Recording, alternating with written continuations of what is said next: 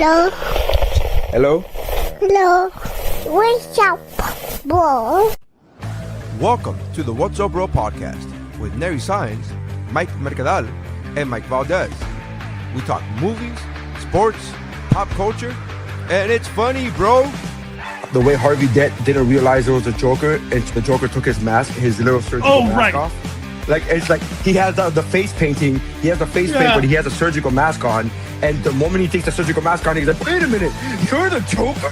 And it's like, wait, what? You couldn't tell it was the Joker because of the surgery. And that one little reel or TikTok ruined their, I can never take it seriously anymore. Welcome to the party, pal! And my parents, I swear to God, my parents look at this. Like when a character from Chicago Fire comes into Chicago PD, dude, that's like Spider-Man being in an Iron Man movie. It is insane. So you're telling me there's a chance? Yeah! I'm just glad I like vanilla, boring sex like this. I'm glad that the sex I enjoy won't get me killed. I want my money's worth. Come on. That's how winning is done. Hey, I'm Dave Chappelle, and this is What's Up, Bro.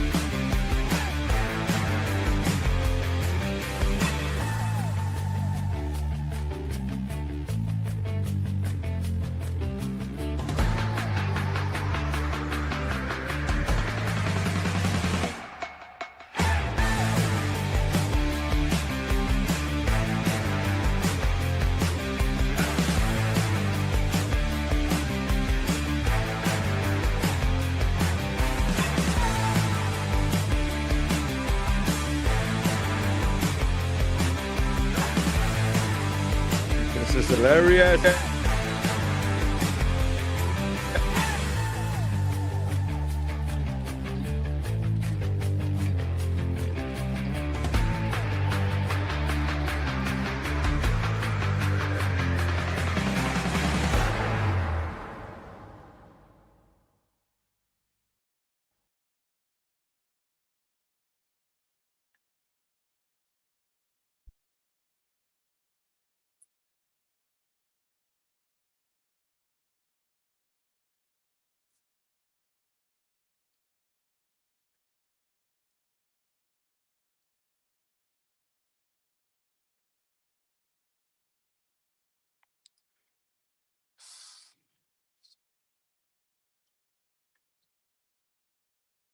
Can you hear me? Yes, I can. Bro, what a mess. What a mess. This is what happens when Mercadal is not here. That's so funny. Jesus, yeah, man. I'm trying very hard not to do the video all over again. Yeah. I don't know what else to do. It's so funny. I can't even get to it. All right, fuck it. Fuck it, we'll do it live. We'll do it live. Yeah.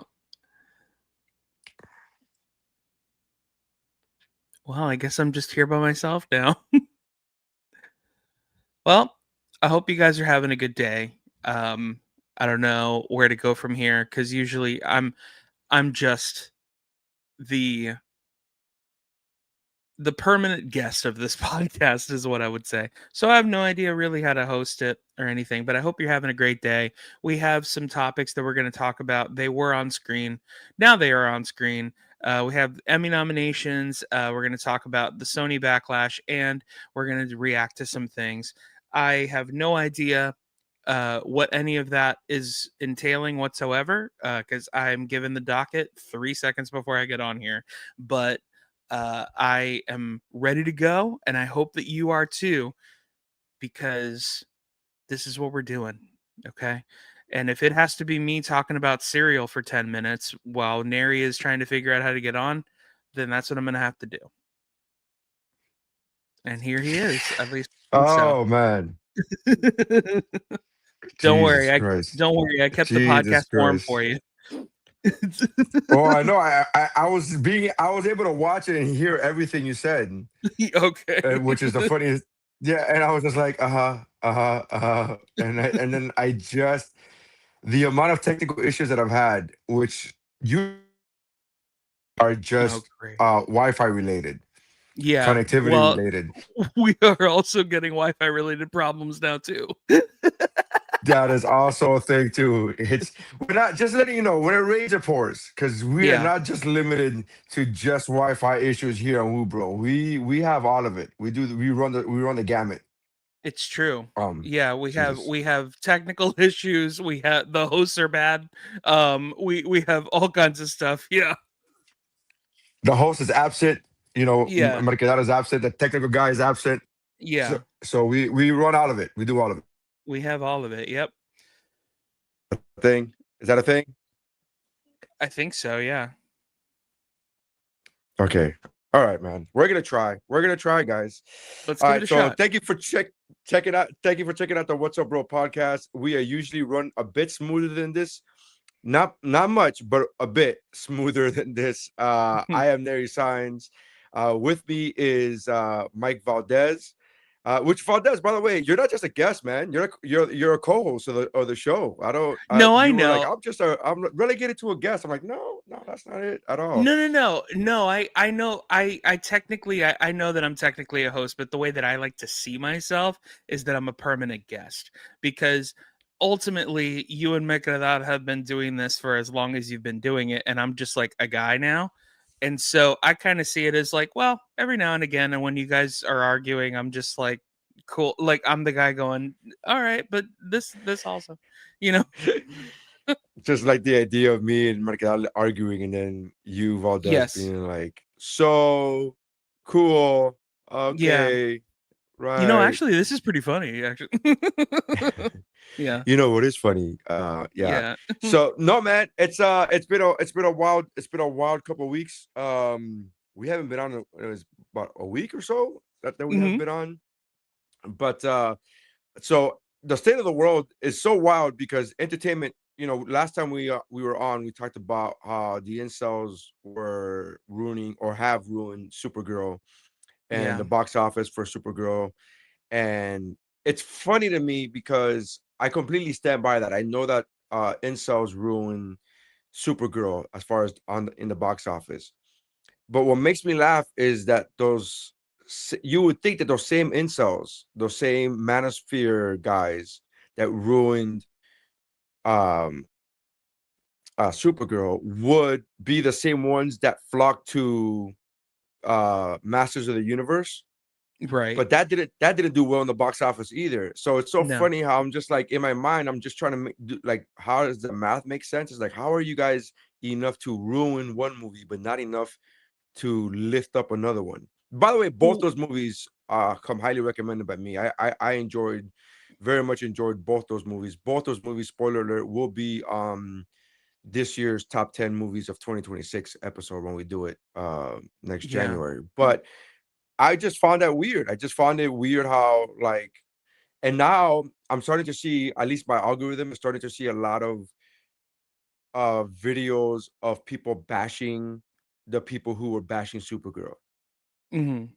So I don't know if you're getting that. I don't know if you get that a lot, but I'm getting a lot of people who are like, and coming up with numbers. Like most of the critics that bashed it are, percent. There was one video where I saw where it was like the percentages are like the number of male reviewers and the number of female reviewers, there were more male reviewers that bashed Supergirl than there are total number of female reviewers. Wow. And I found that like, wow, that's like, and he gave numbers and statistics, but I was like, Jesus, I didn't think that would be a thing. Again, I'm naive. So, I was like, Yeah, I mean, I think that you're also one of the things that you were saying was you were saying, I can't believe that incels hate Supergirl and have all these bad things to say, but aren't going to see Masters of the Universe. And the truth is that that would mean that they would have to leave their basement from doing what it is that they're doing to be able to watch a movie in real life with people and actually have a social interaction that they wouldn't have online. So that's the main takeaway that I take from it is like majority of these people are just trolls and just like don't feed the trolls. Like that's basically what it is. Like they're the ducks at the park. The second you give a breadcrumb to one of them, they're all just going to come flocking to you, so yeah. just But ultimately I haven't seen either of these movies. I want to see them, but I also have no comment about them because I'm someone who, weirdly, this is something very weird about me. I don't have an opinion about a movie if I haven't seen it. But Huh. That's weird. yeah, it's really weird about me. It's this thing that I do. I don't know. I feel like I Which have to taste something before I say that it tastes bad or tastes good. It's weird. Yeah. So, that leads me perfectly into the segment that I was going to get into when I brought up the Supergirl Masters of the Universe incels, is that they're at it again with the Odyssey, right? I They are know. now trashing the Odyssey based upon It a I hasn't don't even know, come out. hasn't come out yet. Which again, they were doing the same thing with Supergirl. They were bashing it before it even came out, so they were doing the same thing with Supergirl, but they're bashing it based upon a trailer, the Odyssey, I mean. And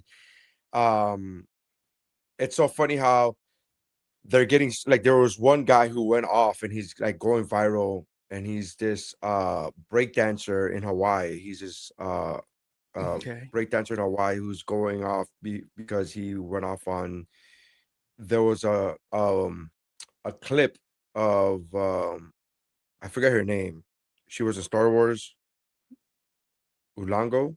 I forget her name. I'm really bad. I don't But know. she plays Helen of Troy, I believe, in the Mhm. new Odyssey. She's a black woman, and of course that is criminal. Right. Apparently, Nolan deserves to burn in hell. But Mhm. there was like a half a second clip of her in the trailer, and somebody got that and CGI'd, or whatever, AI'd a longer clip of her from that scene talking as if she's Helen of Troy, right? Which is a Mhm. thing, but also that it's clearly AI, and they've been able to prove it.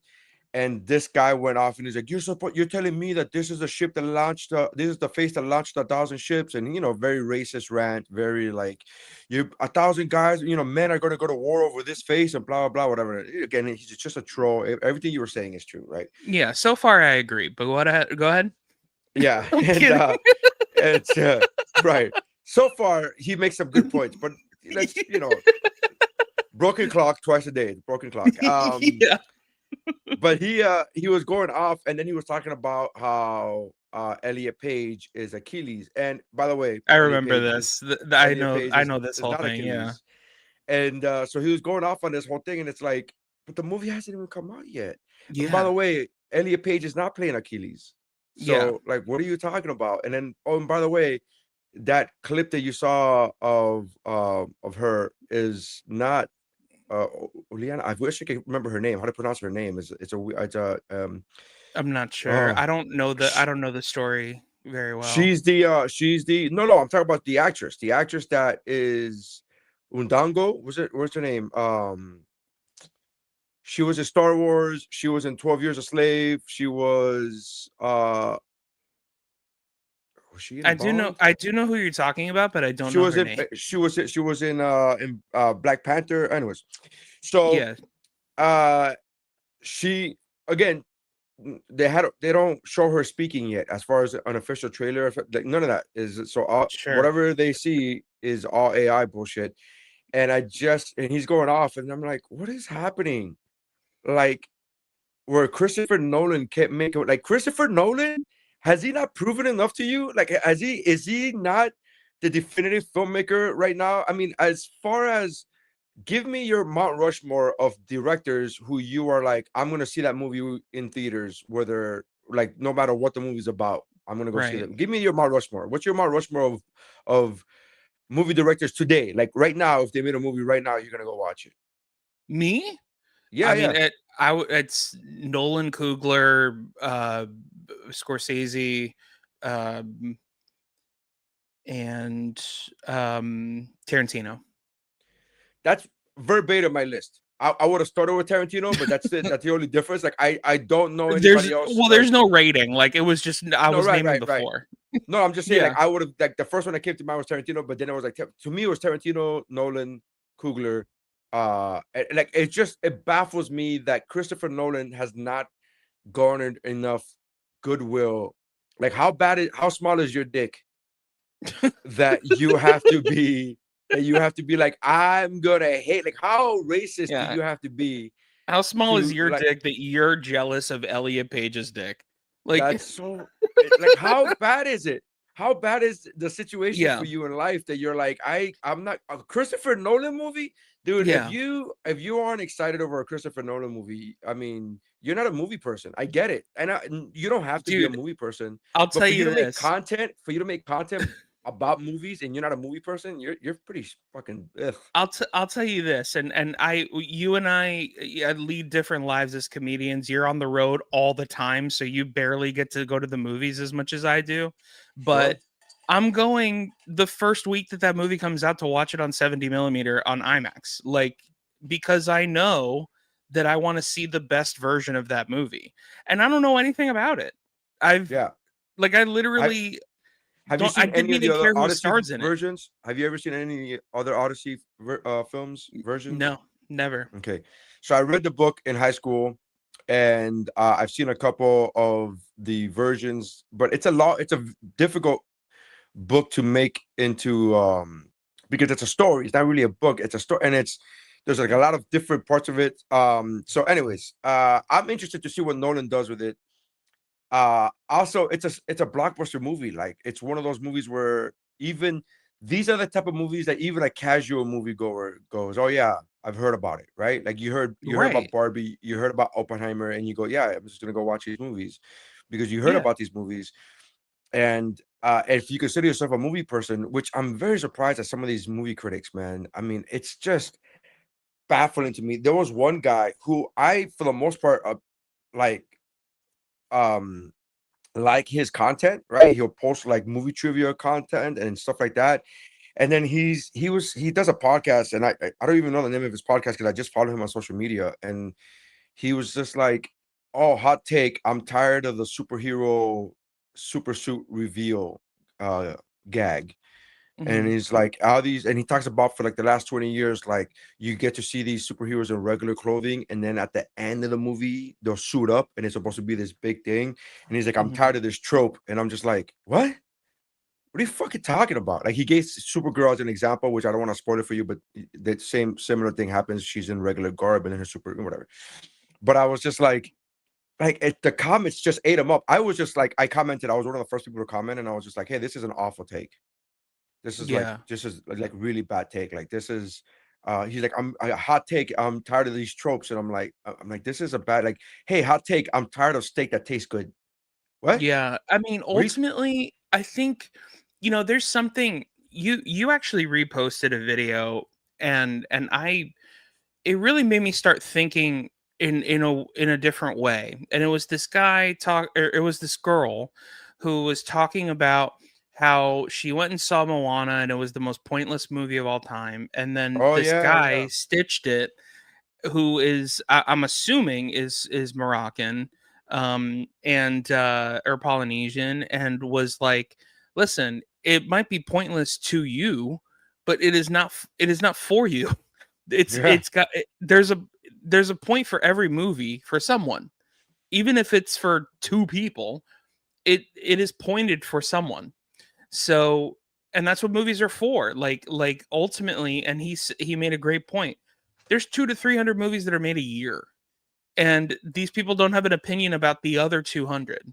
They only have an Yeah. opinion about 4 or 5 of them.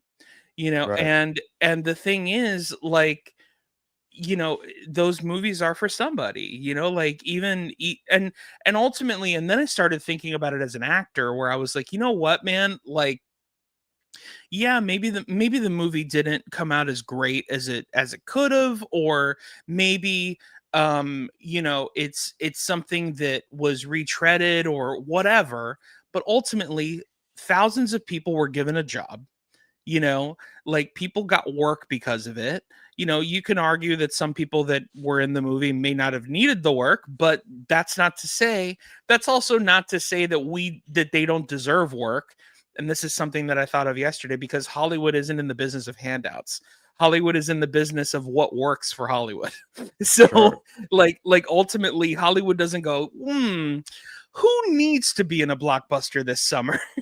Yeah. Like Hollywood Whose goes, career who desperately needs this? yeah, because I would be in it every summer, so like Well, so not every summer. If you're in it every summer, then you wouldn't need it because you just yeah, had it. fair You know, enough. he just Valdez just had 3 summers. He doesn't need this Yeah, one. That's he yeah, does. he doesn't need this one. He already did 3 Marvel movies. He doesn't need the other ones. Yeah. So like, but that's the thing. It's like, Hollywood isn't in the business of handouts. And so like, and also that is also something that I started thinking about as an actor myself, where I was like, because I get so much imposter syndrome, especially like if I play like even this last thing that I did, it's small but like big for what it is like I did a big Walmart campaign and I'm the lead of this, other than like the star of it being Luis Suarez, and I'm the lead of this comedically and all that stuff. And you get imposter syndrome a little bit where you're just like, well, I'm not that great and whatever, but it's like, look, Hollywood isn't in the business of handouts. If you didn't deserve it, you wouldn't be here. Like Right. it's that simple. It's that simple. They could have found anyone else. Like, and they didn't. They picked you, so there's a reason why they picked you.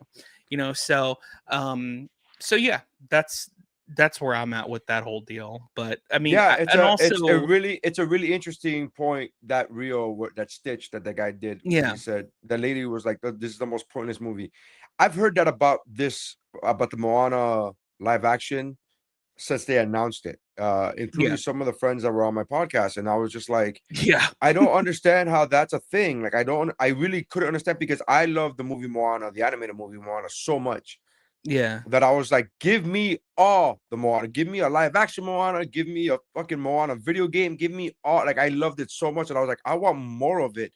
And I did not, and I get it from the cynic's perspective. You could be like, oh, this is just Disney's way of a cash grab. This is Disney's way of guaranteeing their IP for another X amount of years because they've done. You know what I mean? Like, I get it. I understand all the cynical and might possibly be accurate ways that people might be looking at this. But as a fan of the movie, I don't understand how this is a bad thing. Like, if you enjoyed Moana, right, the animated movie that came out 10 years ago, if you enjoyed that movie, why would you be against this live action movie or a sequel? Right. Or like, I don't understand how you would be against it. So I can understand people who are be like, I'm not gonna go see it because I didn't like the animated version 10 years ago, so I don't care about this. Like, that's a fair point. That's a fair opinion in my opinion. I get that. But if you're saying, bro, I love the first one 10 years ago, this one is pointless. It's like, what? You love the Right. first one, so you don't want to see another version of it? Like, I don't understand. These are the type of people that will that they have this mentality that remakes and reboots somehow diminish the original. Right. Right. Yeah. Like you'll hear that statement. This is a statement that I hear all the time, and I usually hear it more often, but it's like, oh, you're fucking with my childhood, right? Like the new Ghostbusters came out with Melissa McCarthy, and they're like, oh, you're fucking with my childhood. Like, no, you're not. That movie still exists. Those movies still exist. Those properties still exist. Your childhood is intact.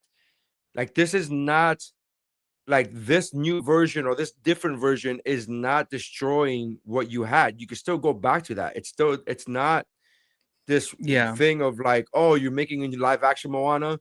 You just ruined the cartoon from 10 years ago. How is that possible? Like, how is so that logic, again, I like to think of myself as a very logical person, and I'm like, that logic just doesn't track. It's just very difficult for me to a lot of my understand friends are in the entertainment business, and one of my favorite things to do with any of these like actor friends that I have that have these opinions about certain things, I will ask them a question just so they realize how human they are. And it is and so, like, for example, when they were making the sequel to The Office, they were like, oh man, I can't believe they're doing that. It's gonna suck. It's gonna be terrible. And I said, but yeah, if they asked you to audition for it and they gave you 6 episodes, would you be on it? And they go, oh yeah, of course I would. And it's like, Right. you're showing your cards here. Like, Yeah. ultimately, so basically you're willing to sell out, but but if you're not in it, then screw that show. Like, it's like, well, come on, man. Like, I it's always like, I give the same example when people talk because, and especially comics, love talking trash about Jay Leno and quote unquote how he screwed over Conan, right? yeah, And I was like, that's a studio thing. Like, it that's was a NBC. studio thing. You should get mad at NBC for doing that.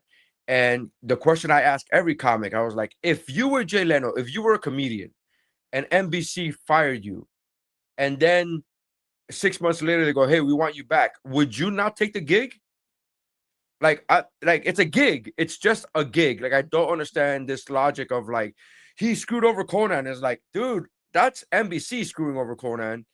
I don't know why I'm pronouncing it that way, but that's NBC screwing over Conan. I don't understand the logic of like, oh, fuck Jay Leno. And I'm like, he's a comic and he accepted a gig. And I can Yeah. tell you, I've had that phone call from the Improv. I've had that phone call from a cruise line. That would be like, hey, we need you to can you be here tomorrow? Or can you be here tonight? Because, and they don't tell me details and I don't ask for details, but I know that when a booker calls you that close, something happened with the previous act. There was an act before me.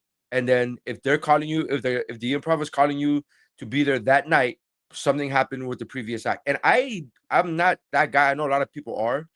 I know a lot of comics who are like, what happened? Give me the details and give me all the tea. And I'm like, I'm not that guy. Like, I'm accepting a gig. I don't want to know who lost the gig. I don't want to know why they lost the gig. I'm just going to do my job. And that's it. Like, it's just a gig. So it's just that same logic of like, oh, reboots. Oh, they're going to kill. By the way, did you see the Office sequel, the paper? I saw the first episode and I didn't hate it.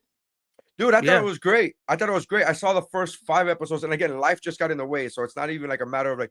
But I saw the first like 5 episodes, and I was like, "This is really good. This is like, it has the spirit of that kind of show, but it doesn't try to be that show again.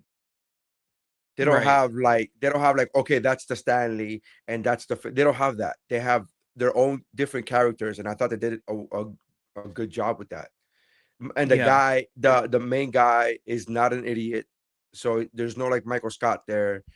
I don't want to say there's no Michael Scott, but the head guy is not Michael Scott. So Michael Scott is not the, you know what I mean? That dumb boss guy. He's not there. So I thought it was great. That's what I was afraid of. I was afraid of like, oh, you're just going to rehash the same characters in a new body, but they didn't do that. So I thought it was good.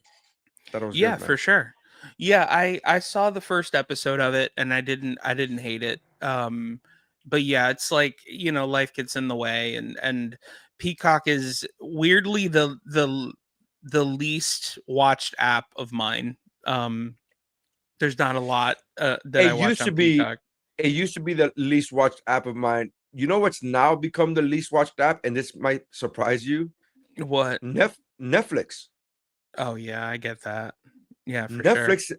Which is the weirdest thing because for a long time, all I had was Netflix. I'm like, Netflix is all I need, and they don't.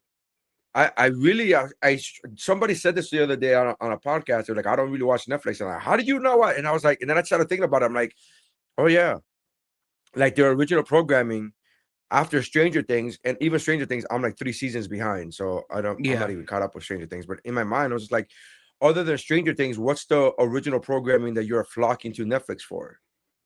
And I think Netflix has become for me the thing where you're like, you have it just to say you have it, but do you really use it? Like, I don't know if I really use it anymore. Yeah, that's accurate. I mean, and it's crazy too, because like, you know, I like Netflix a lot because, or at least I used to, because like there was a lot of comedy specials that I could watch, and you know, there's a lot of different you know, series that they had at the time, and now there's like nothing that's impressing me at all, really. Like, it's just like everything kind of feels, I don't know, man. Like, it's like, you know, and I don't, you know, I'm not someone to trash comedians or anything like that, but there's been 2 specials that I've seen. I won't name the comedians, though. If you've seen them, you can probably tell who I'm talking about, where majority of their special is crowd work, and it's like, Right. brother, this is an open mic. Like this is Yeah. a fully produced open mic. Like, what are we doing? Like, this is supposed to be your special. Interesting. Like, So two things. That's interesting that you said that, because one, I just found out, and I not that I ever saw it because I didn't need to see it, because and this is one comedian I have no problem. Well, comedian is very using the word fucking very loosely here, but the Kill Tony special got kicked out of Netflix, got removed out of Netflix. Apparently, did it get removed? It did. It got awesome. it did. It got removed from Netflix. Now, there's conflicting stories as to why. Everybody's saying, a lot of people are saying that it was getting trashed or was getting bad reviews, so Netflix pulled it, right? That's because it was lowering down the whatever. Kill Tony, apparently, and again, I read this from an article, so I don't watch his show. I don't give a that guy is trash to me. He's not a comedian. I don't give a fuck. And I put my name on that one. I have no problem saying this, and I will say this. One of the specials that I'm talking about is Tony Hinchcliffe's special, and the only reason why I'm saying his name is because he is actually an asshole. And if he was a nice guy, I'd be like, well, it just wasn't for me, and like, but God bless, you know, like whatever.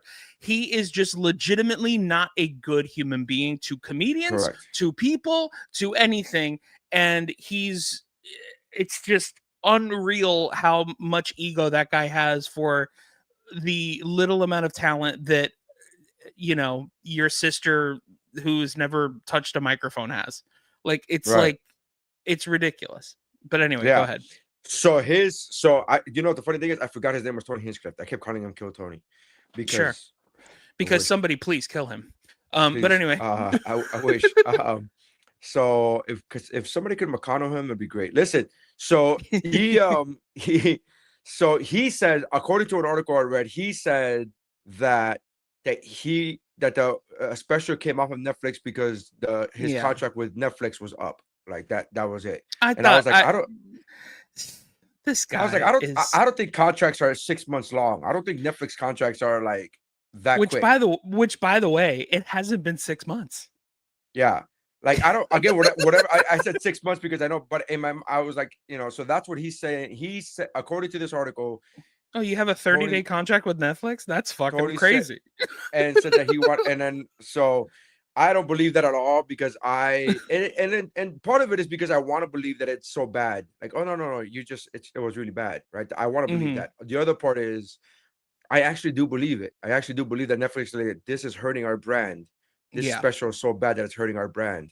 And I feel as if they knew that going in, but they were relying on the amount of his fans to support it, right? Because Netflix isn't, and I say this not because of Netflix, and there's no spite or anger towards Netflix, but they're just like any other content provider booker, right? They don't really care how good you are. They care how many people pay to see you, right? 100%. Like, your act can be a chimpanzee shitting on the floor. If there's a million people there that watching it, they're gonna make it. They're gonna book it. They're gonna book the chimpanzee book. Yeah, that's it. That's all that it is.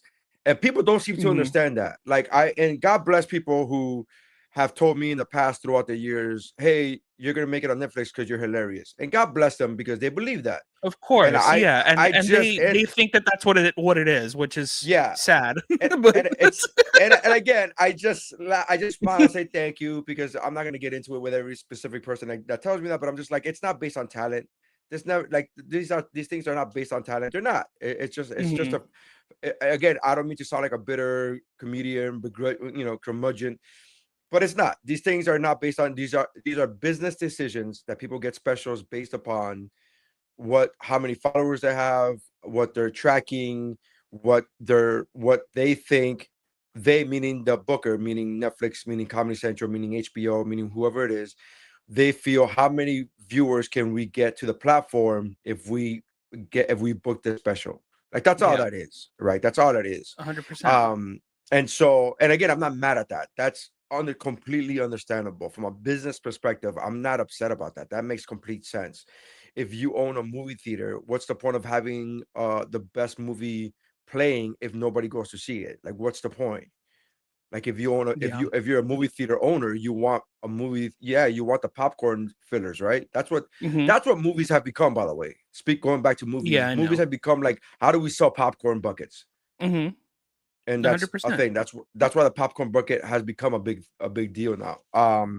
So so that special I couldn't get us, but my question, I was going to be a larger question to you, and I'm going to speak personally, but I want to know if this has happened to you. Before I started stand up, I was and I still to a large extent I am, but I was a huge fan of stand up, of the craft of stand up, and I just consumed it any which way, shape, or form I could. Prior to there being a Comedy Central channel, prior to there being like, it was like, if you watch comedy specials, it was either on HBO, maybe Showtime, and that was pretty much it. There was no Comedy Yeah. Central, so there weren't any Comedy Central present specials. There weren't any of this, and that was my growing up. That was my early to late teenage years, and then I got into my 20s, and then Comedy Central started coming around, and so on and so on. But I consumed it.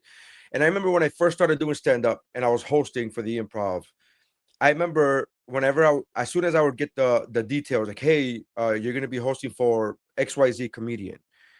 Even if I had never heard of them, I would try to search for their material for two reasons. One, I wanted to see them. And then two, the other thing was I wanted to make sure that my material did not, because I was going first as a host, I was like, I don't want my material to step on your material. Right. Even though nobody asked me to do that, but I was just like, I'm gonna just make sure, right? But I was such a fan of comedy that I would watch everybody who I would open for years. I would just like watch their entire act, even if there was a repeat over and over and over again. I would just sit there and watch, because I was such a fan of comedy. And I remember other comedians at that time that were older than me, that had been doing it longer than me, told me, yeah, I don't really watch that. I don't like, oh, have you watched? I would ask, hey, have you watched their set? And they'd be like, no, I don't watch people's sets. And I always found that weird. I was like, oh, that's weird. You don't watch other people's sets? Like, why wouldn't you not watch? Like, I love comedy. Like, one of the greatest things I found, one of the greatest, is being able to watch comedy shows for free. Not only for free, but they're paying me to do comedy, but also I get to watch comedy shows for free. And I don't know when it happened. I can't pinpoint when it happened, but it did happen to me where I just don't watch other people's comedy anymore. I'm at the point now where I'm just like, I don't watch. And it got somewhere, there wasn't a cutoff. It wasn't like, yes, I watch every set, and no, I don't watch anybody's set. But there was a point where I would start watching people's comedy sets, and the way I would laugh would change. It changed from laughter to, oh, that's funny. I would say the phrase, oh, that's funny. Oh, that's a good joke. That's a good bit. And then it went from that to, I'm just not even going to watch the set anymore. I'm just not going to watch a set.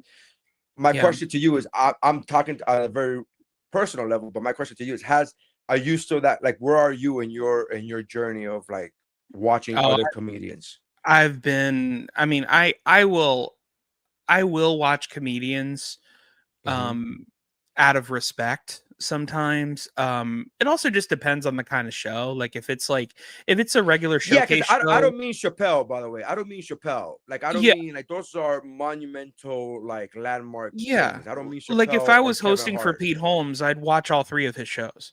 You know what I mean? Because he's my favorite comedian. You know what I mean? So like, of course I'd watch all of his shows, you know? If I was hosting for Patton Oswalt, I'd watch all of his shows. Like, just like if it were people like, for example, the times that I've, and this is, you know, I'm not trying to score points or anything, but the times that I have opened for you, I will watch your shows because I respect you as a comedian, you know? Oh, thank you. And then there's people, unfortunately, man, and like, we don't have to just, no, we're not dragging names. I get that. like a gig is a gig, man, but there's some people that like you just might not respect as much. Like you're just like, all right, like, you know, whatever. The way that I like to say it is like, and and to be fair, this had to have happened to me maybe 5 years ago. I mean, I've been doing it 10 years this year since and so it maybe happened like 5 or 6 years ago. And what it became was less of me finding, it wasn't necessarily that I didn't find them funny or talented or anything. I just saw it as like, even when I watch specials, the way that I watch them now is more like a magician watching another magician do tricks. That's where yes. where you're Yes. just like oh, that's really cool how he did that. That's really cool. Like that kind of thing. Or Yeah. like, oh, like how can I implement that into what I do? Like, and it's never necessarily like what they're doing exactly, but like how they're Yeah. going about it. And Sure. that's more what I'm interested in. And so The as a science of it. comedian, The yeah, science of it.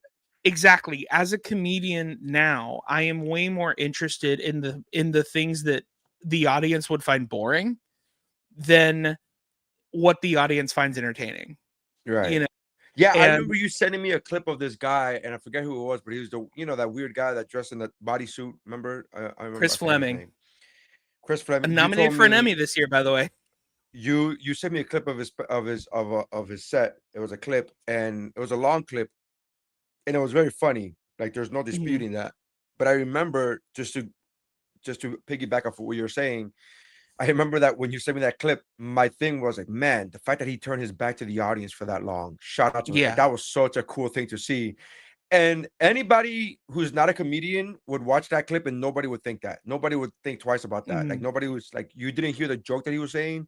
He said such and like they could give you, anybody who's watching that clip is not watching it thinking about that. But I just to piggyback off what you're saying, I'm watching it going like, wow, shout out to him, bro. And he's like, that's really impressive how he was able to turn his back to the audience for that long, because that's a fucking that's a no for comedy. Like that is that's basically, if there were going to be written rules, which I don't know if they are, but if there were going to be written rules, one of them is do not turn your back to the audience.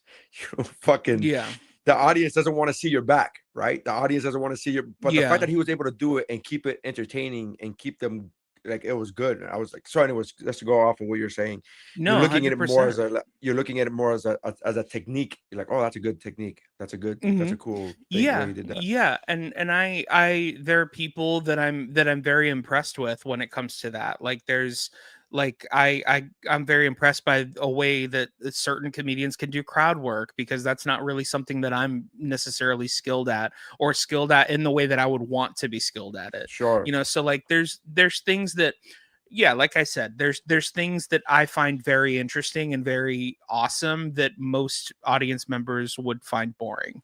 That's not the reason why they're there at a comedy show. They're there for for the punchlines. And it's like, well, I know the punchline's coming. So like, right, I don't care about that. You know what I mean? So like, I used to give the example, the metaphor of being a race car driver. Like when you're a race car driver watching somebody else race a car, you see the turn before it happens. Right. So you're like, oh, they're gonna start turning here. They're gonna start doing that. And to me, the best shows, the best times I've had as a comedian are watching other comics where I think they're gonna turn right and they go left, and like, oh, that's not where I would have gone, but they went somewhere else with it, and that made it so much better. It's like, oh, that's like, those are the times where I'm like, oh fuck, that was good, because I didn't expect it, right? As a fellow, like I said, it's like a magic trick where you're just like, because ultimately you're like, whoa. But that's a really good metaphor, because, and that's why I started laughing, was because it is also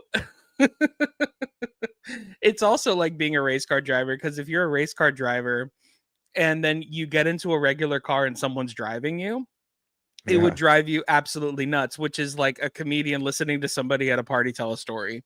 You're like, you can cut 4 minutes of this. This is all filler. Like, I mean, I don't want to sound like that guy, but I'm also that guy when it comes after the shows and they're like, oh, people think I should be a comedian. And it's like, oh, fuck like, but I can't do it because I just can't stop saying the N-word. And you're like, what is wrong with people? Like, and just, it's like, I don't know how to, like, the amount of times that I've heard that in 23 years, I'm like, please stop. I don't. This exact phrase, how many times have you heard this exact phrase? People say I should do comedy, but you can't say anything anymore. That's so fucking stupid. Dude, the amount of times, and I've actually done this to dudes specifically, because it's always dudes. And I'm always like, what is it that you're trying to say? Because I said everything I wanted to say up there. Yeah. What is in your heart? What is in your heart that you're not? Yeah. What is it that you're trying to say? Like, it's just insane, dude. I don't know, but Yeah, yeah, I've had that same conversation. People are usually like, oh, with all the PC, it's died down now, but people were like, oh, all the PC yeah, things, and I was like, yeah, that's never affected me. never affected me either. That's never affected me. And Nope. people would be like, how do you, like, I've had this question asked by old guys, and of course, we know who they voted for, but they're like, how do you, comedy's being attacked by all these PC people, whatever. How do you like navigate that? And I was like, I talk about myself and my wife and kids. If anybody should be offended at what I say, it's either my wife, my kids, or myself. Like, that's Yeah. really what I talk about. I'm like, but that's again my style. That has been my style. It's not like I changed it up. It's not like I was a political comedian and then changed it to talk about my wife and kids, because Right. of the climate. I just that's the way I've always been. So I don't know how to. I'm like, you should probably ask a comedian who's political how they feel about that situation. Like, it's just, I did one joke My the other whole day that thing, was semi-political, and it makes me laugh, but I hate it so much because but I hate sure. the fact that it makes me laugh. And I'll say the joke now, and I don't care. Yeah. So there was a time where I was talking to a kid. He was like 18 years old, and I said, "Hey, are you going to school?" And he goes, "No, I'm done." I go, "What do you mean you're done?" He goes, "Oh, I'm a firefighter." I'm like, "Oh shit, you're a firefighter?" And then the whole crowd immediately reacted. Like, I didn't even be like, "Oh, clap it up for him. He's a firefighter." I didn't say anything. I was like, "Damn, you're 19, you're a firefighter." And then I couldn't even get that sentence out because when he said he was a firefighter, people started immediately clapping. Wow. And I was like, "Wow, you're 19, you're a firefighter, man. When did you start that process?" Blah blah blah blah. About a minute later, he said, "I go, who'd you come on the trip with?" And he said, "My dad, my parents." And he's pointing to his parents. I said, "Dad, are you a firefighter as well? Is that where he got it from?" And then his dad goes, "No, I'm the opposite." And so I was like, "You start fires? You start You fires. Yeah, like you start fires?" And people laughed at that, whatever, blah blah. And he goes, "No, no, I'm a cop." And I go, "Oh, you're a cop?" And literally two people clapped. Literally That's two so people crazy how clapped. he said I'm the opposite. Of the opposite. It's so funny. And I thought about Such a posting funny this. way to say that. I thought about posting a video just for that, but here's where it took the turn. Right? He goes, "Oh, I'm a cop," and then two people clap. And then I go, "Oh," and this is where the joke that I love the joke for the joke purpose. Yeah. But the joke, so then I said, I love the fact how everybody clapped for a firefighter, and then only two people clap when you said cop because the rest of them are Democrats. Mhm. And the fucking room erupted after that. Whatever. Yeah. And the only reason I don't like that joke is because it makes it seem like I'm not a Democrat. Right. And I'm like, no, I don't want to make it seem like because I'm literally just pointing out the thing in the room where it's like everybody clap for firefighter, nobody clap for cops because Well, as everybody- as a comedian, our job, and this is something I did at the very beginning of the podcast, where you were talking about like how the incels are talking about how it's a woman and a black woman and she's talking and all this stuff, and I'm like, so far, all great points. Yeah, Like I all don't great points, believe right. that, but I just knew that right. it would be a funny thing to say It's just a funny thing to there say, are man. people that believe that, which is so stupid. There are people that believe that. And Correct. that's and it's our job as a comedian to show the mirror of like how stupid these people are. You know what I mean? And unfortunately, satire is dying in this country, which is really sad because we can't do jokes like that without people like believing that that's who we actually But are. you know why satire is dying? Yeah, because nothing. Yeah, because nothing is exaggerated anymore. Even the most satire, somebody really believes that. So Yeah, they're I like, know. "Oh no, it's no longer like, oh, he's clearly joking, honey." It's like, no, he may not actually be joking. No, but he can't think that way. He's the president of the United States. Like, no, you don't understand. I don't think he's joking. I don't think he's joking. He really believes that shit. Yeah, But it's sad. That's a whole thing. I don't know, man. It's a trip. But I don't watch comedy like that anymore. I'm not, as a comedian, I'm just like, oh, I realized that recently. I'm like, man, I remember having that conversation. I remember thinking that like I'm always gonna be a fan of comedy. And I'm just like, I am a fan of comedy. I'm just not the same kind of fan. Like now you're in it.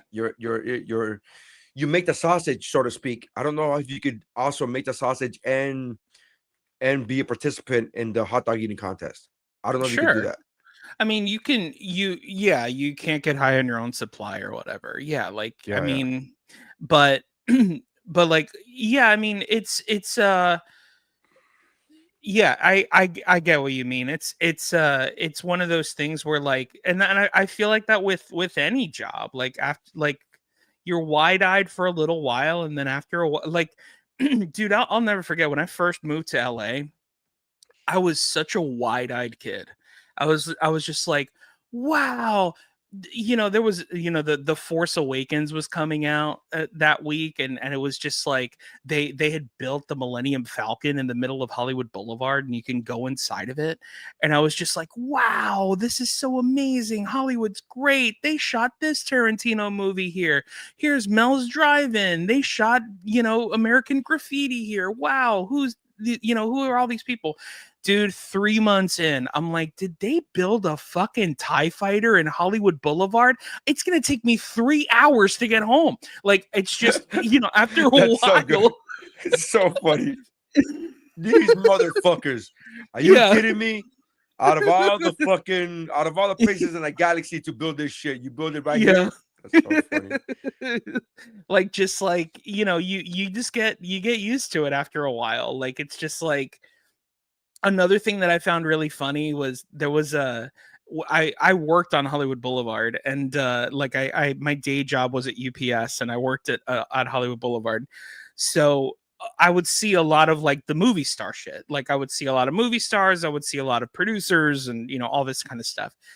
And the thing that was really funny was I remember driving home, and there's like this really big like glass bank. It was a Bank of America, and there were police all around the building, and all the it's so funny because it was traffic, and it like legitimately looked like, oh my god, like somebody held up this bank, and Yeah. somebody's stealing something, and all the police are surrounded, and there's police cars everywhere, and police officers are holding signs that say, "Don't be alarmed, filming in progress." That's fucking great. That's so good. It's like it literally looked like a terrorist attack in this place, and they're like, "We're just making a movie. Calm down." Like, And then you see Michael Mann, you're like, oh, okay, it's that. oh yeah, all right. Well, that makes sense. All right, that makes sense. Right. That's so interesting, man. All right, so Emmy nominations came out. You want to talk about the Emmy nominations? I would love to. Yeah, I would love to. Yeah. So, do you want to go for series first? Sure, hit me up. This is what I have first. So, outstanding drama series. I have The Diplomat, The Gilded Age, A Night The of Diplomat. Can we just talk? The Diplomat is such a fantastic show. Such a fantastic show. I hope it wins just so that it can keep. That's a Netflix show. There you go. Going back to what we said, that's a Netflix show that's worth the subscription right there. The Diplomat. Okay. I'm sorry. Go. No. But that is an interesting thing to say, because the thing is, Netflix has so much content, and they're turning out so much stuff that you tend to forget that something that was great came out a year ago. Sure. Because the Emmys are only from 2026. So it's just Right. like, so that's just a reminder. But The Diplomat, The Gilded Age, A Night of the Seven Kingdoms, Paradise. Now, The is Pit, the Night of the Seven Kingdoms? Is that the Game of Thrones prequel? the Is Game that- of Thrones, the Game of Thrones spinoff. Yeah. Paradise, The Pit, Pluribus, Slow Horses, and Your Friends and Neighbors. I Mhm. find it really cool and weird that 3 of these are Apple TV series that Very people yeah. may not even know. I mean, I know people know about Pluribus. Even if you haven't seen it, there is some friend that you have in your friend group that's like, "Are you watching Pluribus?" That's actually me. Like as far as I've not seen it, but I know of it because I have friends who are like, "Have you seen Pluribus? Yeah. You would love Pluribus." I'm like, okay. Yeah. I mean, Yeah, it's the guy who made Breaking Bad, and it is a good show from what I've Yeah, only yeah. seen the first 2 episodes, but it is very good. There also is Your Friends and Neighbors is also one of those shows where it's just like it's the plot is so difficult to follow, but it's like, well, but it's John Hamm, so whatever. Yeah. And it's And him in a but nightclub. Come on. exactly, yeah. So out of all of these, I'm assuming that you're wanting the diplomat to win. Only because that's the only one I'm one of those crazy assholes that only Sure. comments on the things that they've actually seen. Sure. Like My how my thought my thought is that it's going to be a fight between the Pit and Pluribus. That's my sure, thought. just as far as popularity goes, those are the two most Mhm. popular ones. Yeah, Yeah, absolutely. you also have to you have to remember who is voting at the Emmys. And people who vote at the Emmys are usually people that watch the Pit or Pluribus. Yeah, And they don't watch the Diplomat or Paradise, which is more sure. like normal people are watching those shows, Oh, which, like, for lack of a actually, better term. so I've seen Paradise. I didn't get to season 2 yet. I'm like at the last episode of season 1. Uh-huh. And I got to be honest with you, man. I was kind of over that show at episode 3. I was Yeah. just over it. I was just like, once they gave out the reveal that they're in the bubble, you go, I don't. Okay, Mhm. that was a really cool surprise to see at the end of episode 1. But then after that, I was just like, I don't. Who gives a? It was one of those shows where it's so contingent on flashbacks because it has to be that I was Mhm. like, just get the story go. Like okay, man, Yeah. come on with it.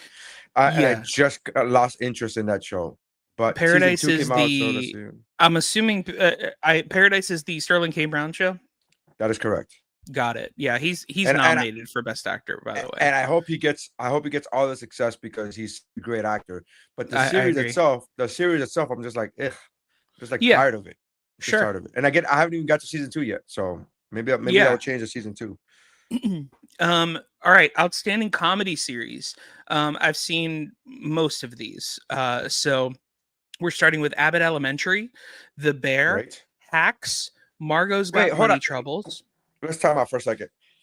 So the clips that I've seen of the bear, they don't say comedy to me. Am I wrong Yeah. in this? Because I haven't seen You- the show, but you're I've not seen wrong. clips. I've seen clips, and I'm like, why do they never put a fucking funny clip? I've never seen a single humorous Yeah. clip of the bear. If Why you is this a comedy?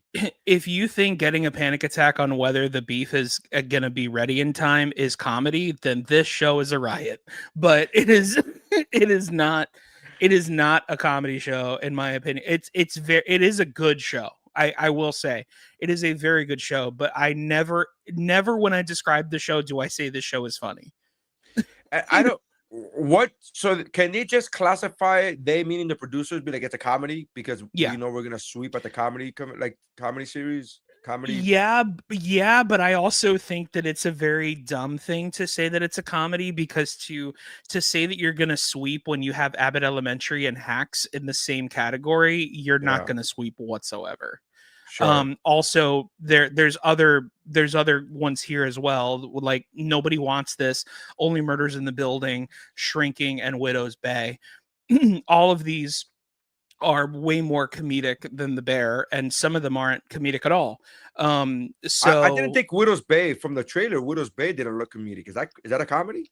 It is, yeah. Okay.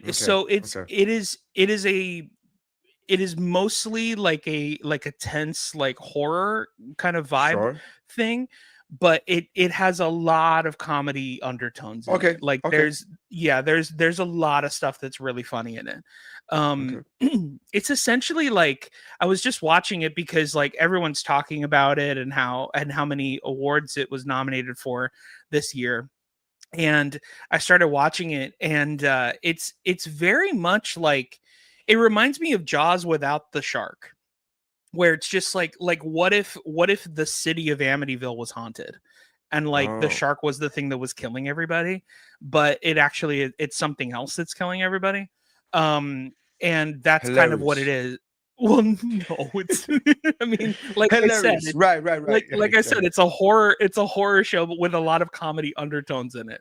And so, like, there's just there's a really funny part where this reporter is coming in, and he comes in and he's talking to the mayor, and the mayor is like, he's kind of like Bowl, like he's like an airhead kind of, and so Right. like there he's like, so what's been going on in this town? And he's like, everything's great, there's so many great things, but they do say something about this part of town that it's a little bit of something happened a few years ago. And he goes, cannibalism. And he goes, no, what would you say that? And he goes, well, there's a giant poster that's saying that 100 years ago there was a cannibal. There was a cannibal that wrecked. And there's this humongous poster that says cannibal kills at the church or whatever. Like, That's so funny. so like there's moments where it's very funny. But majority of it, you're just like, what is happening? Like what's going on? Who's killing everybody? Is it a person? Is it a spirit? Like, what is this? So it is very good. The show that I want to win out of these is definitely Hacks. I don't know if you've seen that show, but So it's incredible. this is me gonna be my what's that word? Hot Man. take. No, what's that word when you're like the first one to know about something? Anyways, so I don't know. watched the first 2 seasons of Hacks, and I was talking about Hacks like I was talking about it into the void. I would tell everybody, have you seen Hacks? Have you heard about Hacks? And nobody heard about that fucking show. Right. The problem was that between seasons 2 and 3, it took 2 fucking years to come out with season 3. Right. And Yeah. I just stopped watching because it took 2 fucking years. I'm like, I Right. don't even. And then 2 years later, I remember I was gonna try to watch season 3, and I was like, I forgot what happened because I Mhm. watched this live in the moment 2 fucking years ago. So I was just Yeah. like, I don't. And then I'm like, I'll catch up at some other point. So now I know that the series ended. I get that. I love the show, the first 2 seasons of it, because I thought it was amazing, well written, funny and not funny at the same time. It was great. It Mhm. was like amazing. For 2 seasons, I was raving about this show when I felt nobody else had even heard of it. Yeah. And but I just haven't gone back to see. But I'm all for that show winning because it should. I want any show, just like Abbott Elementary. I want Abbott Elementary to win for the same reason, so that they can keep making more seasons and more shows Yes. like this. Yeah. Like I need them to make more shows like this. Yeah. Hard agree. All right. Outstanding lead actress in a drama. We have Carrie Coon in The Gilded Age, Chase Infinity from The Testaments. I feel like they're just nominating her because of one battle after another, because nobody saw The Testaments. Carrie Russell in The Diplomat, which I could see her winning for that. She won last year. Okay, then Last year was she won, not the Emmy. I don't know. Let me rephrase that. I don't know if she won the Emmy, but I do remember her winning the actor, okay. which is the SAG award. What used to be called the SAG award. Oh she, yeah, the she SAG won. Awards. She won Yeah. that. Yeah, she won the SAG for I get to Diplomat. vote this year for the SAG Awards, which is really fun. That's awesome. So yeah, so I'll vote for Carrie Russell. Let's see. Rhea Seehorn in Pluribus, Zendaya in Euphoria. I haven't seen any of these shows, so other than Pluribus, so I can't really say who I think is going to win. Sure. The only reason why I would say that it won't be Carrie Russell is if she won last year, because we know how these awards can go, where it's like if they won last year, we're going to give it to somebody else, and then it's just a game of catch up and all that kind of stuff. And then we have actor and drama series, which I was already telling you about.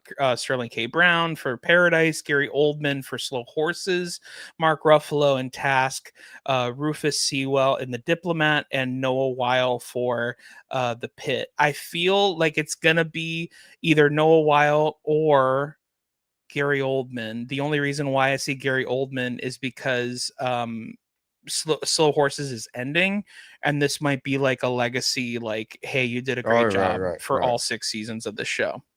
But that's just me being like political about awards. Sure. I genuinely, if it were up to me watching any of these series, I wouldn't have an opinion because I haven't seen any of them. Right. So have you seen any of these other than The Diplomat?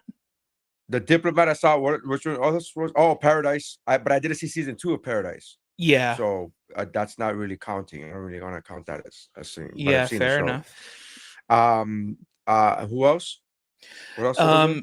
And then there was Gary Oldman in Slow Horses, Mark Ruffalo in Task, and Noah Weil in The Pit.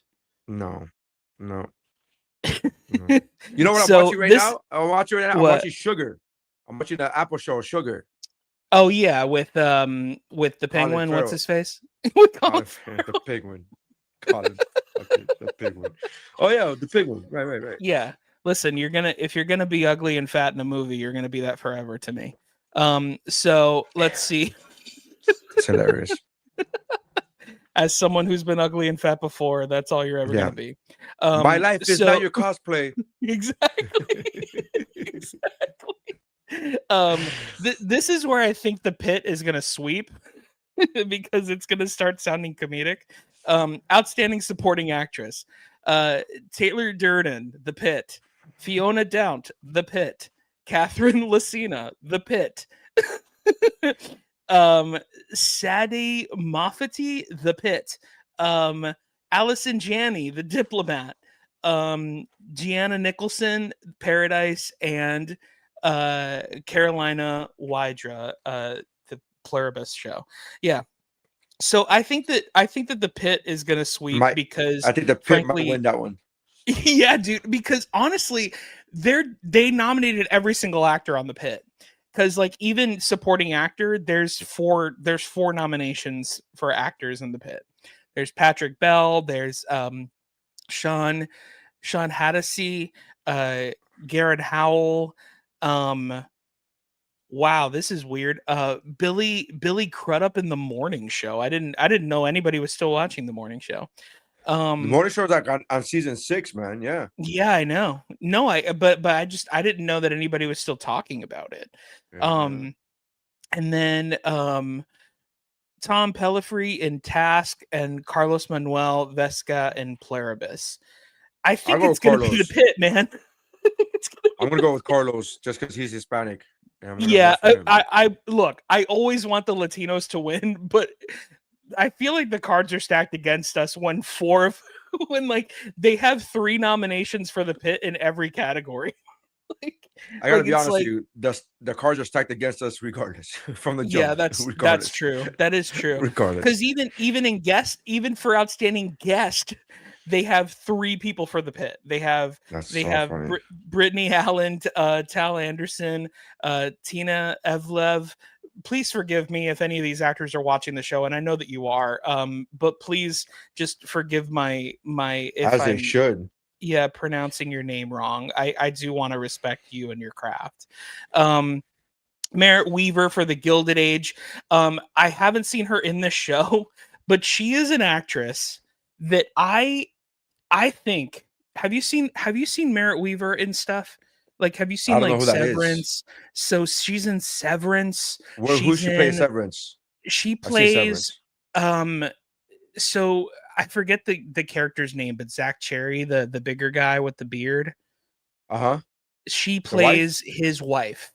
Okay, I know who you're and talking about, she's like very soft spoken and like like she's very good at being subtle. She's an absolutely outstanding actress, and I think that she needs to be way more famous than she is. Like, it's like unreal how incredibly good she is. You're doing that thing. You're doing that thing. That thing that people come up to me like, you should have a Netflix special because you're funny. It's like, oh, you think it's talent.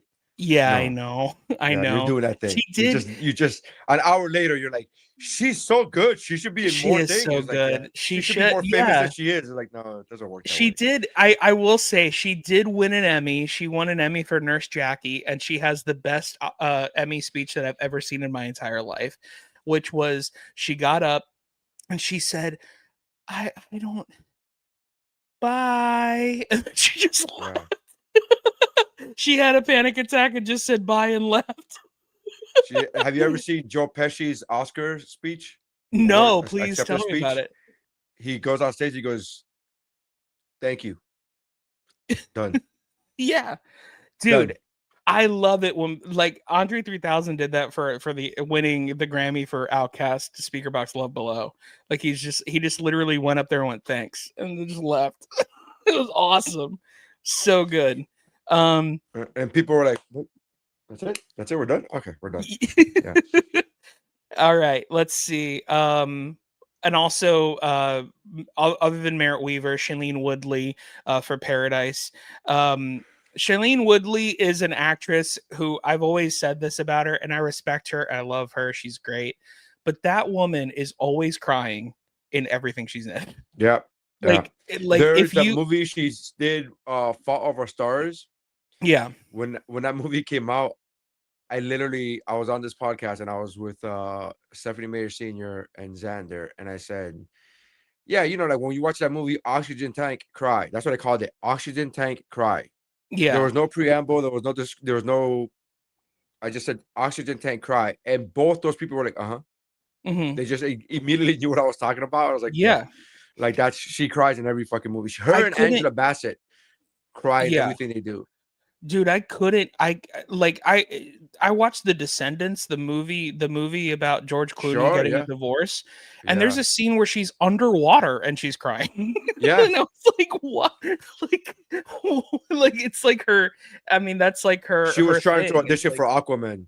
like, It's like, I could yeah. do this shit in the water, bro. I Yeah, could do yeah, it in the water. I could act in the water because apparently, to most people, they think acting is crying. I don't know why, but most people think acting is crying. I'm not saying that Shailene Woodley thinks that. I'm saying that audience members yeah. think that. It Um, is hard to do. It is a hard thing to do. People always seem to go for. I've seen a lot of people ask actors like, "Are you able to cry on command?" Like that's a difficult thing to do for most humans, and I say that because most humans are not like the artistic us artistic people are emotional people, yeah, right? That's why we're artistic, is because we're able to get in touch with our emotions. And to non-emotional, non-artistic people, the fact that we could get to any one of our emotions and we could get like, that's very surprising to them. Have you ever seen John Krasinski do a radio? He was on a radio show and they asked him to cry while reading the ingredients of some like shampoo bottle oh or some yeah, shit, and yeah, he of course, he cried, like he was, yeah, tears were coming out, and people were like, wow. And I'm like, yeah, like that's a thing that we all do, like that's a thing that we do, like artistic people are just able to just reach the emotion. I remember talking about, not to make it about me, but I remember giving the example of to another comedian friend of mine how he doesn't like musicals, and I go, oh, I love musicals, and he goes, really? He goes, what's the last musical you've seen? I go, man, my favorite musical used to be West Side Story, but now it's Hamilton. And he goes, you like Hamilton? And I like literally talked about how like that one line when he was like, immigrants, we get the job done. Like I remember crying when I saw that yeah. first time, and I was like, it got me. He goes, you fucking cried during Hamilton? I go, oh, like a Dude, fucking I cried baby. multiple times watching Yeah. Hamilton. Are you kidding I me? was like a fucking baby. I was like, I was just Yeah, giving you that dude. one time. I'm like, Death doesn't and he discriminate. It just takes and it takes. Oh my god. Like, he immediately, shout out to Don Gray. He immediately was like, man, I love the fact that you're so in touch with your emotions. You're such a emotional person. Like I love he goes, I'm jealous of that, because he does it. He's the kind of comedian that hides that, you mhm, know what I mean? Like he just does not want to get in touch with the emotions. And I'm the other way right. around, right? Just my entire life. Yeah, me I too. was always that sappy fat kid crying because I was like, that hurt my feelings. It's like that hurt my feelings. Right. I mean, yeah. I mean, that's kind of what it is. I mean, to be fair, I mean, the thing that I always say is like, what's her name? Viola Davis, like one of the greatest actresses of our time. You know, Oof. the time that she wins the Oscar, it like the clip that they show is her getting a snot bubble out of her nose. Stop bubble, right? Yeah. Like it's just like that's how good she is at acting. It's like I'm pretty sure she's been an amazing actress when she's not She's crying. Like that was she's if like did you ever watch that outrageous. movie? Did you ever Yeah, watch that Fences movie? is unreal. Yeah, it's a So great I movie. watched that movie 2 years after it won, or Yeah, she won, and I remember watching it, go like, God, she's amazing. Like yeah, that she is specific amazing. scene, she was fucking great in that scene. But yeah, the bubbles. You know what I mean? Did you ever hear Russell Crowe talk about when he was playing Gladiator? No, please tell And me. so he was playing Gladiator, and he's giving the interview, and he says to Ridley, hey, when I see my dead wife, I'm gonna go and cry and hug them. And he's like, no, you can't. Ridley's like, you can't. He's like, what do you mean? He's like, they're just feet. Like we just have prop feet. We don't have a body. There's nothing for you to hug. And he goes, dude, I'm gonna go up there and hug whatever the fuck you got. If you got feet, I'm gonna hug the feet. And he's like, no, but we don't have that. No, you just got to be there and like do whatever you're going to do from your horse or off of your horse. And he goes, Ridley, I just ran all these miles and blah, blah, blah, and all that stuff to see my wife and child. I'm not going to stop 100 feet away. That's not going to happen. That wouldn't happen. So he's just like put his fucking, lack of a better phrase, he put his feet down. He's like, I'm not going to fucking do that. So he goes, Ridley's like, all right, man, I guess, whatever, like fucking do whatever you're going to do. So he goes and he fucking cries with the fucking feet and the snots, the snot's coming out, whatever, blah, blah. And he's like, cry. And blah, blah. And then, all right, cut. And then Ridley comes up to him. And the way Russell Crowe tells it, he really comes up to him and he goes, right, I'm gonna need like 20% less snot. That's I'm gonna need like so 20% less snot. And then Russell started laughing in the interview. Russell started laughing. He goes, I can't control it. That was just how the fucking, he's like, it's not like I have this snot meter where he's just like, it's just that's so like, funny. But it's so funny. He's like, that's just the way I cry. And he's like, I'm gonna need 20% less snot from you. That's how directors, that's a little bit too much. How directors and actors are is so funny, dude. I was telling Mercadal this story, and I don't know if you've heard it, but when Fincher was making Zodiac, there was a scene with Gyllenhaal and Downey Jr., and they're just talking in the scene. They're in an office and they're talking, and David Fincher is like, all right, go. They do it, and then he's like, cut, do it again. They do it like maybe 6 times. And Robert Downey Jr. is like, hey, David, we got it. We got it, man. It's just us talking. It's not that serious. It's not a big deal. It is just us talking. This is less than a page of dialogue. And David Fincher goes, can you meet me here in the trailer, and just so they could see all the stuff at Video Village? And he goes, sure. So he meets him there, and then he shows him all 6 takes. And then he goes, do you think we should move on? And Robert Downey Jr. goes, let's do it again. Which is like literally the only worst thing you could hear is after each take, you hear the garbage can noise from a MacBook. Just do it again. And action. He knew exactly how to get to an actor's ego. Do you think we should move on? Just like, okay. But you know what's so funny? That's only a move. Robert Downey Jr. will only do that because he's Robert Downey Jr., right? He would always 100%. And David Fincher would only do that to Robert Downey Jr. Right. You know what I mean? And Robert Downey Jr. would only do that to somebody who at that point was not David Fincher yet. At that point was not you know what I mean? That's so exactly right. There's no way Robert Downey Jr. is doing that to Christopher Nolan in Oppenheimer. There's no way. There's no way Robert Downey Jr. is talking to Christopher Nolan like, hey, bro, we got it. It's only a talking scene. It's not that serious. No fucking way he's saying that to Christopher Nolan. No chance. Meanwhile, the guy holding the 400-pound IMAX camera is like, I think we got it. Yeah. Oh, we're gonna do it again? Good. Let's do it again. Dude, the shoulders on the grips that hold the IMAX cameras must be. You could film documentaries on their shoulders, dude. It's crazy. The traps that these guys have, just unreal traps. Hey, are you a bodybuilder? No, I'm a cameraman for Christopher Nolan. I shot a 3.5-hour movie on IMAX. Hey, what's your workout routine like? Yeah, I shot the Odyssey. I shot the Odyssey and I shot Oppenheimer back to back. Whoa, dude, that's Jesus crazy. Christ. Bodybuilders are just like, how did you do that? All right, outstanding lead in a comedy. This is more stuff that I know.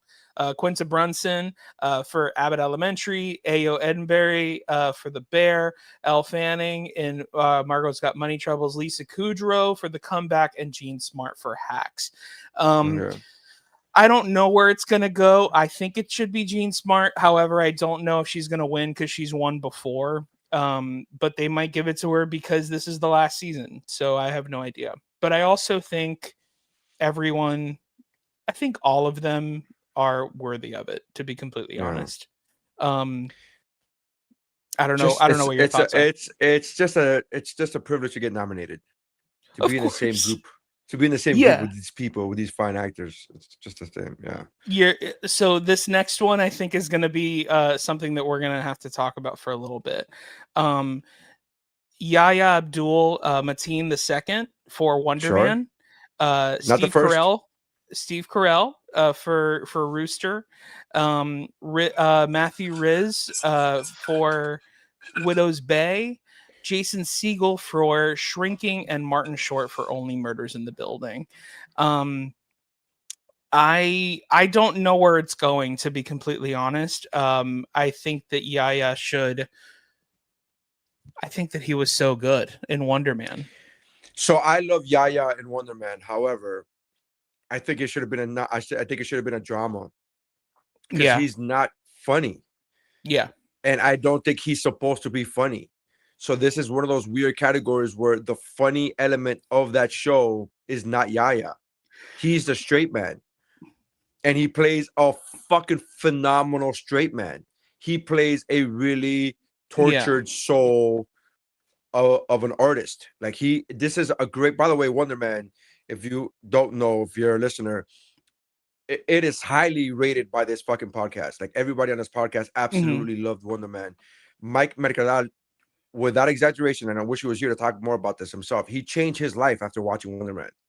By that I mean he quit his job. He quit his job to fully pursue acting and comedy on a full-time level because he wanted to emulate that. He was like, that's what I want. And so that's a very powerful, goes to speak to multiple things, but one of the things is it's such a powerful medium, right? That you watch that and you go, yeah, that's what I want. I want to do that. And you change your life based upon that. So again, I wish Mercadal was here to talk about that himself, but I watched that show independently of both of you. And I remember talking to Mercadal, be like, hey man, I don't know if you've seen Wonder Man. He goes, have I? And then he told me that he quit his job. Because I'm like, holy shit. But that I felt the same way, not in the I'm gonna quit my job thing, but in the man, like I was so and maybe because we're in the industry, maybe because we're all in the entertainment industry and it's very meta. The show itself is very meta. But I felt that's not a comedy. The comedic parts of that show were Kinsley, right? I agree. So that to me is the only reason. If you're gonna tell me who would you want to win the Emmy, Yahya, I wish was nominated for in the drama category because everybody else, Martin Short is phenomenal. You know, as Martin Short in to be completely fair, and so much respect to all of these actors. With respect, I have to say Martin Short is the only comedic performance in these nominees. So the other ones were Jason Segel in Shrinking, which he's the straight man of Shrinking. Steve Carell and Rooster. But also he's also does funny things, right? It's not it's not the same. It's not like there's no comedy in it, but he did get that meme, that "fuck you Phoebe Bridgers" meme, which is great. I love that meme. Have you seen that scene? Yeah. Where it like, as somebody who loves Phoebe Bridgers, she's my Taylor Swift. I have had many a moment where I'm riding a bike and crying and saying "fuck you Phoebe Bridgers." Like that's I've definitely had moments like that, and it was very funny to watch another person do that. Steve Carell and Rooster. I don't think Steve Carell is necessarily funny in Rooster. I also don't think Rooster's very funny. But Matthew Riz, I will say he's the guy that plays the mayor in Widow's Bay. He is the funniest actor in that show. So I will say that's technically a comedic performance, but he is very much playing the mayor like Gene Wilder in Blazing Saddles, where like he's playing it as real as humanly possible and you're just laughing because he's taking it so seriously. And that's why it's funny, as opposed to like he says funny things. Like it's like, no, he doesn't say funny things. He just does really stupid stuff because he's stupid. You know, like so that's why it's kind of like that. It's kind of like that person in the office or in school that you knew, like, oh man, there's such a trip. It's like, no, he's just really mean, and you think it's funny, but he's just a mean person. He's just a mean guy. Yeah. That's exactly it. I get that. So I see where you're coming from. But But yeah, it's great. I agree with yeah, it's fantastic. Yeah. Supporting actress in a comedy series, Dale Dickey in Widow's Bay, Hannah Eidbinder in Hacks, which I hope that she wins. Janelle James in Abbott Elementary, wouldn't be mad if she won. Kato Flynn, Widow's Bay, Michelle Pfeiffer, Margot's Got Money Troubles. Megan Stotler in Hacks, wouldn't be mad if she won. Jessica Williams in Shrinking. I don't know what your thoughts are on any of these people or categories. Again, because I was such a fan of the show Hacks, and again, 2 seasons ago, I understand. Because I haven't kept up with the show just because they're just as good as they were 2 seasons ago. If that makes you feel any better. So Hacks is like, yeah, I don't think they're gonna get worse. I don't think they'll be like, oh yeah, they didn't phone it in.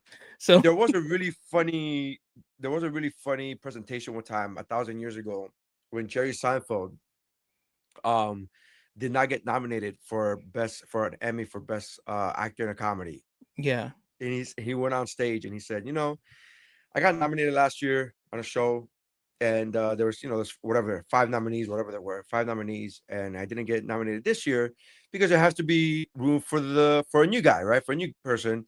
This year it's Michael J. Fox in Spin City, and he plays a junior mayor. I don't know, like he's like doing that joke where he's like, I don't really know what you do, whatever, blah blah. Yeah. And so he's like, you did that, whatever. And then he says, he plays like a mayor of some kind, or a junior mayor of New York City. And he's like, I did not get nominated because I play myself. And then he said, now I do gotta admit, for the first half of this year, I didn't quite feel like myself. So I understand why I understand why maybe that half, but the second half of the season, I really did feel like myself. Yeah. I really did feel like, and it was a really funny moment where he was just poking fun at the whole nomination thing. Yeah. So it's also very funny. It's also very funny too, because Michael J. Fox is playing himself in Spin City. Yeah. Like he works for the mayor, but he's Michael J. Fox. Like this is what Michael J. Fox would be like if he worked for the mayor. Right. And so it's so funny. And so like I say all of that to say that the thing with the Hacks is like, 2 seasons ago I thought the show was great. I'm not gonna all of a sudden be like, these people suck this 3rd and 4th season. Right. I don't know what happened. I don't know what happened. They just fell off. So I'll give it to Hacks just because it's a thing. But Abbott Elementary, man, I love her, man, and she could do no wrong. Janelle James, she's so good. Oh my god, so funny. Yeah, I wouldn't be mad if she won or if Hannah Eidbinder won. She did win last year, and had a great speech where she said "fuck ICE" and they cut the mic on her. It was awesome. I don't know if you saw that, but who was that? Hannah Eidbinder from Hacks. Oh, okay, right on. Yeah. So Lorraine Newman's daughter. But yeah, she's great. I love her, and Janelle James as well. And Megan Statler. All right. Outstanding supporting actor in a comedy series. Coleman Domingo. He's nominated for 2 things this year. He's nominated for Euphoria and for the 4 seasons. The fact that he's not nominated for that special he did on the Oscars, where he was like, World War II, that's the one with the Nazis, right? Yeah. Paul W. Downs in Hacks, that's who I think should win for sure. Nick Offerman, Margot's Got Money Troubles. Stephen Root, Widow's Bay. He's another guy that I think should win. Stephen Root's probably one of my favorite parts of Widow's Bay. Michael Urie in Shrinking, and Tyler James Williams in Abbott Elementary. He's another guy that I think should win as well. Paul W. Downs from Hacks, he plays the agent. I think that he's going to be fine if he loses, because he also wrote, directed, and created the show. So if Hacks wins anything, he's going to get an Emmy. So he's going to be fine if he loses. He's really good. I did not know he wrote and directed and created the show. I did not know that. He's really good. Him and his partner, I don't know if they're married, but it's him and his girlfriend or wife and another woman created and direct the show. And each episode is a different one. That's actually something very shocking to hear. That you can create a show with your wife and it works. No, that he's married to a woman. I was like, what the fuck? This guy? I like that guy. Yeah. Okay. He's I a was Mike totally Valdez prepared straight. for That's what yeah. he's a Mike Valdez straight. That's what I call them. Where it's like Oh. seem gay, but not. And again, totally judgment free. But I was like, Oh, when you I said know. partner, I was like, okay, here it comes. Like I was like, oh, all right, right. I was about to make the satire gay joke. Like, he's gay, and then when you said he's married to a woman, I go, wait, what now? That was it. Wait, what now? Yeah, I mean, it is. I will say this. It is kind of shocking when you first find out. You know, like you're like, okay, really? You're watching it All right. live. You're watching it live. Yeah. It just happened right now. Yeah. I just found out. Like, wait, what now? Oh, Yeah, okay. yeah. It is. I feel like everybody has like yeah, like it has to be something that you get shocked, like a little bit shocked when you hear of it. Right. So let's see. Guest actress in a comedy series, Jamie Lee Curtis in The Bear, Leslie Bibb in Hacks, Betty Gilpin in Widow's Bay, Sherry Jones in Hacks, Laurie Metcalf in Hacks, Caitlin Olsen in Hacks, Lauren Weedman in Hacks. I'm pretty sure Hacks is going to win something. Now, I think that the person that should win is Laurie Metcalf, because I think that is the funniest character in Hacks. Do you know who Laurie She's so Metcalf's good. character is? Yeah, she's the owner of the agent's daughter, right? No, that's Caitlin Olsen. Oh, she's fantastic. Laurie, she is fantastic, but Laurie Metcalf plays the tour bus driver for Gene Smart's tour, and her character's name is Weed. And dude, she is so freaking funny. Like, so I haven't got to that part yet. I haven't got to her yet. Everything that comes out of a woman's mouth is like the funniest thing. Like, it's a bus driver named Weed. That's all you need to know. Like, enough said. Like you like every time she's on screen, she's the funniest part of the scene. So that's who I think should win. But if it's any of the other 5 nominated Hacks performances, I'm sure it'll be fine. Outstanding guest actor in a comedy series, Michael J. Fox in Shrinking, Brett Goldstein in Shrinking, Hamish Linklater in Widow's Bay, Christopher McDonald in Hacks, Rob Reiner, The Bear, and Connor Slory in Saturday Night Live. Now, I think that all of these nominees are great. It would be absolutely crazy if someone besides Rob Reiner won, because they would criminal. they would give him, even if the performance wasn't that great, it has to be like a legacy award to give to the man who's dead. So who did so much for the art for form. TV and film. Yeah, absolutely. Yeah, so 100%. Yeah, so I think that it's definitely going to go to Rob Reiner. So let's see. I don't know if you saw any of these. Outstanding limited anthology series, All Her Fault, The Beast in Me, Beef, DTF, St. Louis, Love Story, The John F. Kennedy, and Carolyn Bassett Story. Did you see any of these? No, none of those. The Carolyn Bassett, so the tiger lady? No, the John F, the girl that John F. Kennedy was in love with, I guess. It's a Ryan Murphy show. You might be talking about the same person. Might be, yeah. DTF St. Louis is that show with Jason Bateman and the guy from Stranger Things. And yeah, it's one of those shows that like I don't know. Jason Bateman's in it, so it's very light and fluffy. Exactly, yeah. And then Beef, this is the second season of Beef. I loved the first season with Ali Wong and I forget. Yeah. Oh, it's a great show. Season 2 I haven't seen because it is an anthology. Each season is a different story. Yeah. But the first season is incredible. But yeah, I haven't seen any of these seasons whatsoever. So yeah, who's gonna win in any of these? I have no idea. But we have great actors. What do we got for podcasts? Podcasts. Let's go down. Let's go down to podcasting. Let's see. Reality competition. I'm not seeing it. Scripted variety series. Oh, here we go. Scripted variety series.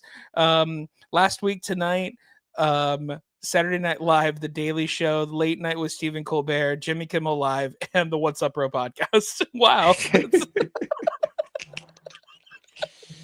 That's how they got. They didn't do an Emmy for. They did, right? This was the first year where they have Emmys for podcasts. I'm not crazy. No, this isn't. You know what? You're absolutely right. I think this isn't the full list because. Okay. Let's see. Let me see because there Because are. I'm pretty sure I heard that Good Hang was nominated, and I was like, oh, that makes sense. Like I think that was a thing. Yeah. Let's see. Limited reality short form. Short form. Just variety. Google Emmy podcast. No, I Emmys. I did. All other award categories. Performers. What am I thinking about? If it's not Emmy, what am I thinking about? No, it would be Emmy. Would it be Emmy or would it be Grammy? Maybe. I don't see anything for podcast. There's stuff for maybe I'm there's wrong stuff in that. for Maybe it was music, there's Grammy. stuff for commercials. Maybe I'll be nominated for it. I won't Right be, on, but I won't be. That'd be But great. short form, reality, limited. No, I'm not seeing anything. I will say because usually they have specials as part of short form. The Emmys? Yeah, for the Emmys. I'm trying to see who would get that. I'm looking here. Variety special. Pre-recorded. So it's going to be Dave Chappelle, Unstoppable, The Muppet Show, Nikki Glaser, Good Girl, Taylor Swift, The Eras Tour, and Wicked. There's not a comedian on earth that's going to beat Taylor Swift.